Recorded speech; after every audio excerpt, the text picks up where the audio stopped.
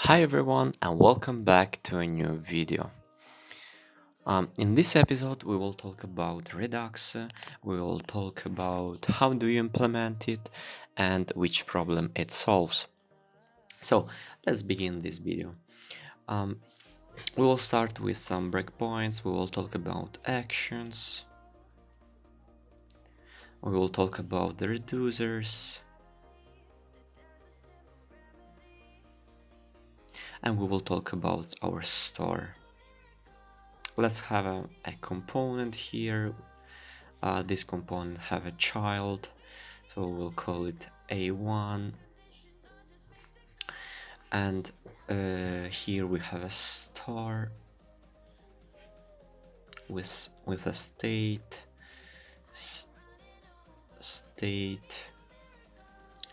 and we will have our number here. We'll just explain. I'll do a simple example with a number. We'll initialize this number to 0, and this will be our star. We have our component A, and A wants to update our state. So this state, this num equals to 0, will become num equals to whatever the number is. So it will become 10. He will pass this number to a function. This function, let's call it update number, and it will hold this number. It will create an object, and this object will be returned to reducer, and this is our action. Our action, this will return an object, and this object will go to our reducer. Reducer is a switch case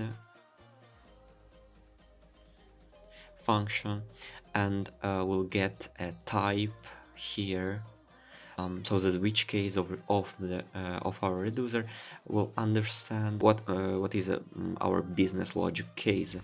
So let's see. We can have case update,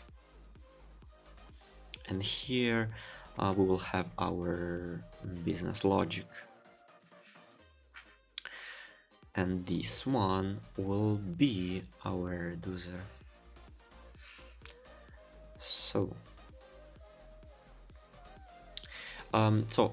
we have this one. We understand that the reducer is nothing else than a function, and in this function we will have a switch case, and that's okay. And then the reducer will send an update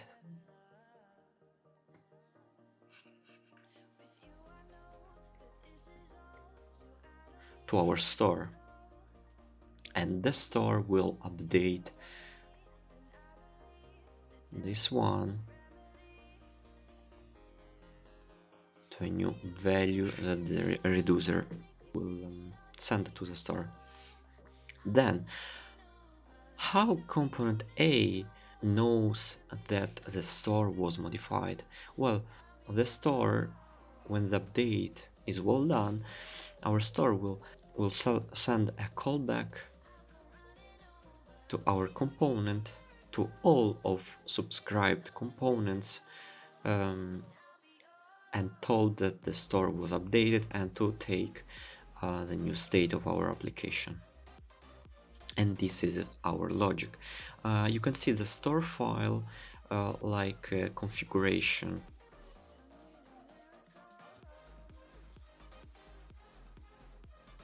Nothing more, nothing less, like a configuration file. When we configure all the environment that we're gonna use within our application. So let's go to the coding part.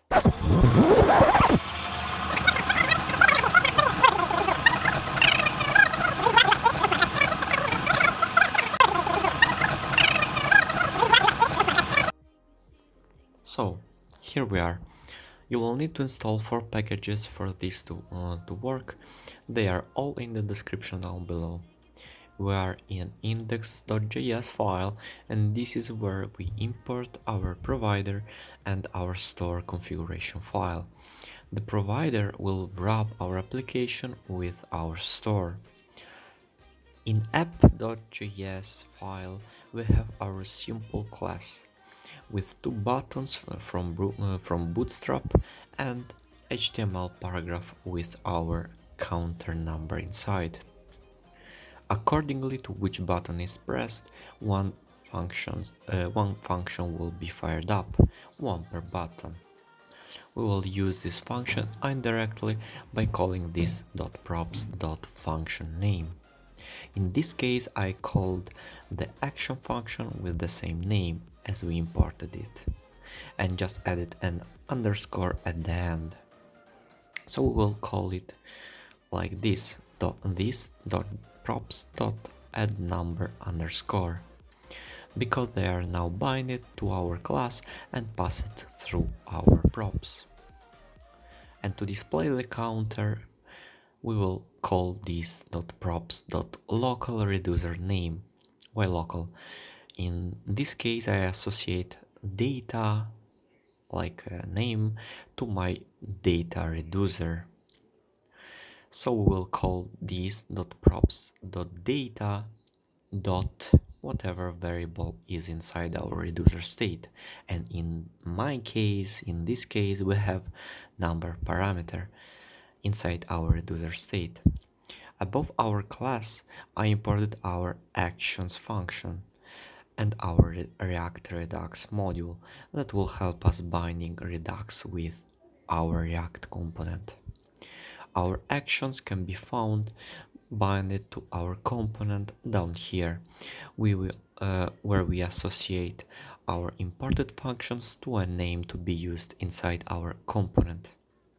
These are the 2 actions function, add number and subtract number. They will prepare our data to be sent to our reducer's switch case. The type parameter represents the case. This string specifies the business logic that will have to be done by a reducer. And the payload represents our values that we are sending to our reducer. And inside our reducer we can see our 2 cases. One will be fired when the switch case receives a number string, and the other will be fired when he receives subtract underscore number string. When a reducer finishes his job, the store gets updated, and then the reducer will send a callback to all the components that precedently subscribed to the store.